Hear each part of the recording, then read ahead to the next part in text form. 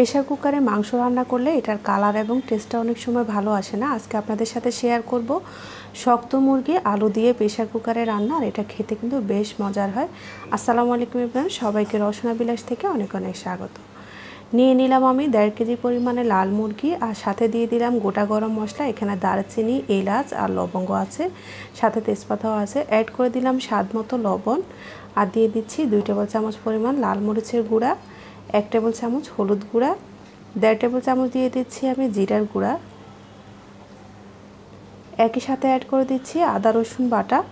এখানে 2 টেবিল চামচ পরিমাণ আদা রসুন বাটা দিয়ে দিলাম, আর দিয়ে দিচ্ছি 1.5 কাপ পরিমাণ পেঁয়াজ কুচি।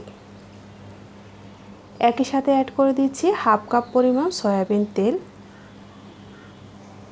এখন সব উপকরণকে একসাথে ভালোভাবে মিশিয়ে নেব। এই রান্নাটা হতে কিন্তু খুব বেশি সময় লাগে না, খুবই অল্প সময়ে 10 মিনিটের মাঝে আপনি এই লাল চিকেনটা রান্না করতে পারেন, যে রান্নাটা নর্মালি করতে আমাদের 1 থেকে 1.5 ঘন্টা সময় লাগে। এখন অ্যাড করে দিচ্ছি প্যাকেটের গরম মশলা গুঁড়া। আপনারা চাইলে বাসায় তৈরি গরম মশলা গুঁড়াটাও ব্যবহার করতে পারেন।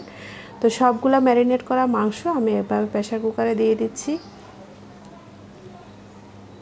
সাথে এই মশলা দেওয়া পানিটাও দিয়ে দিচ্ছি। এখানে প্রায় 1/2 কাপের মতো পানি আছে।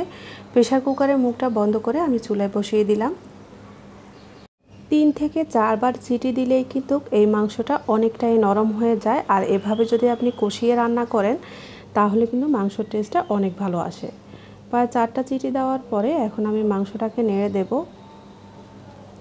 মাংস থেকে কিন্তু কিছুটা পানি উঠেছে, দেখতেই পাচ্ছেন, আর মাংসটা কিন্তু অনেকটাই সেদ্ধ হয়ে গেছে।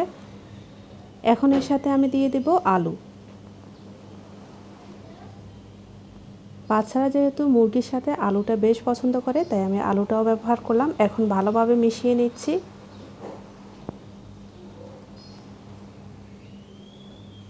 মেশানো হয়ে গেলে আপনি যতটুকু ঝোল রাখতে পছন্দ করেন সেই অনুযায়ী গরম পানি অ্যাড করে দিবেন।